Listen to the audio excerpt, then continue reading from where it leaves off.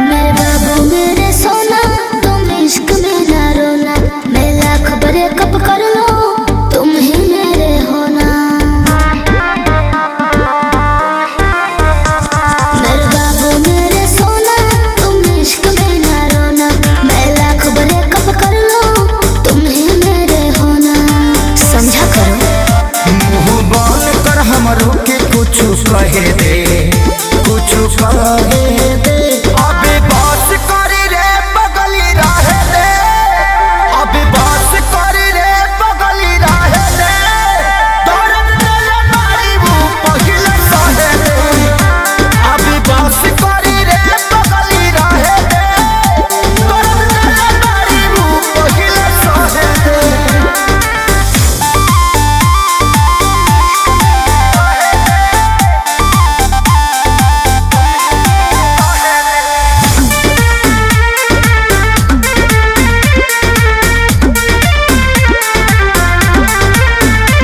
मैं उतना गलत नहीं हूँ, तुम जितना समझते हो। आज बता दो क्लियर मुझे कितना समझते हो। बताओ चुप क्यों हो? ते मोहब्बत के लायक नइखी, कान खोल के सुन।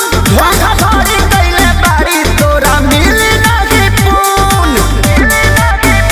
दहतानी अपना लाइफ में तो दहे दे, जानू दहे दे।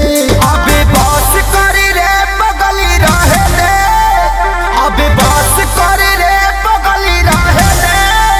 दर्द दिले मारी वो पहिले सहे दे। अबे बस करी रे बगली रहे दे, दर्द दिले मारी वो पहिले सहे दे।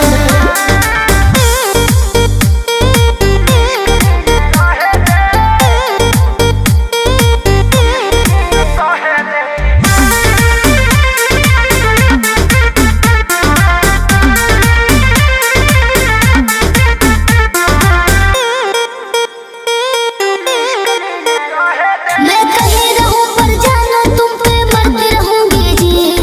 40% प्यार तुमसे करती रहूंगी जी। दिल के कोने में रहोगे। अभियो सुधरे के चानस बा, सुधरी जो ना रे। उड़न छोड़ दे के धरती पर उतर जो ना रे।